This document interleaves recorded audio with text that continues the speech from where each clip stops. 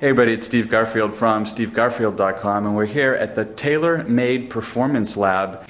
All right, Steve, well, we're putting reflective markers on your body. And again, there's going to be 28 of them on your body that 6 cameras in the room are going to shine some infrared light down onto that makes these markers reflect so we can track your motion.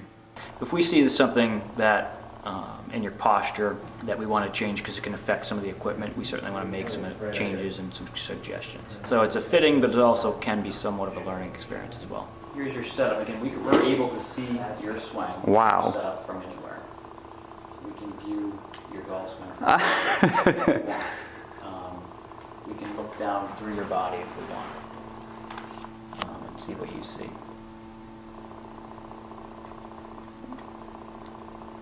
Whoa, this is way better than the iPhone. What we see on your impact with the 6-iron is a slightly upward strike of the golf ball. So this up path right here shows us that as you make contact, let's back up your swing a little bit.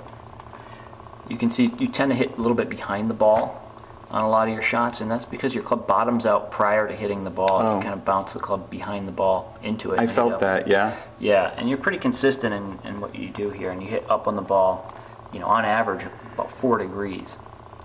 We'd like to see a negative up here, a negative number, which means you hit slightly on a descending strike. So I do want to get rid of this swing, hit behind that one. So about 2.9 is your up path.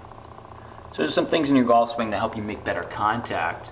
We'd love to see a slightly descending angle of attack there. Wow. Any questions on that? Is that something you notice yourself doing? Hitting behind the ball, yeah. I could feel it hit the ground before it hit the ball. Probably will struggle. Fairway woods will be challenging too when you hit such a long golf club trying to hit it off the ground and hit up on the ball. Something a lot of folks have trouble with is when they hit up on the ball like that. So let's look at your golf swing and maybe your setup to see if we can help you out initially, just to correct some of that, and then we'll continue capturing some swings. That's the tour player model. This is your golf swing over here. But one thing I want to show you on the driver here is it's called spine. You can get your spine angle number. It's a blue line right here. You can see this player has 90 degrees is straight up. This player's 93, so they're tilted back away from the target. So here's our target over here. You guys are both hitting that way. They are tilted away from. They got a little spine tilt. You're at 89. I'd love to see you create some of that feeling. Now all it is simply if you look at me, you're in the setup position. Think of the buttons on your shirt and your belt buckle tilting back this way. So yeah, exactly. So when you set up with a driver, you really, or any club for that matter, you really need to create that slight tilt.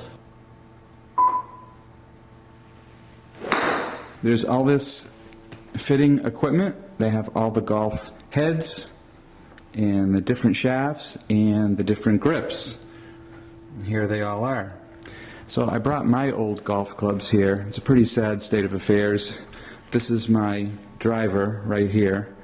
It's a pretty old one. I think I won it in a contest. And over here is the new TaylorMade driver. And let's take this over here to compare the difference.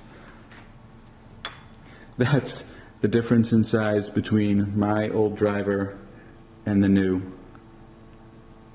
It's crazy. We just went out to the driving range and I used the new fitted clubs, and they're really forgiving.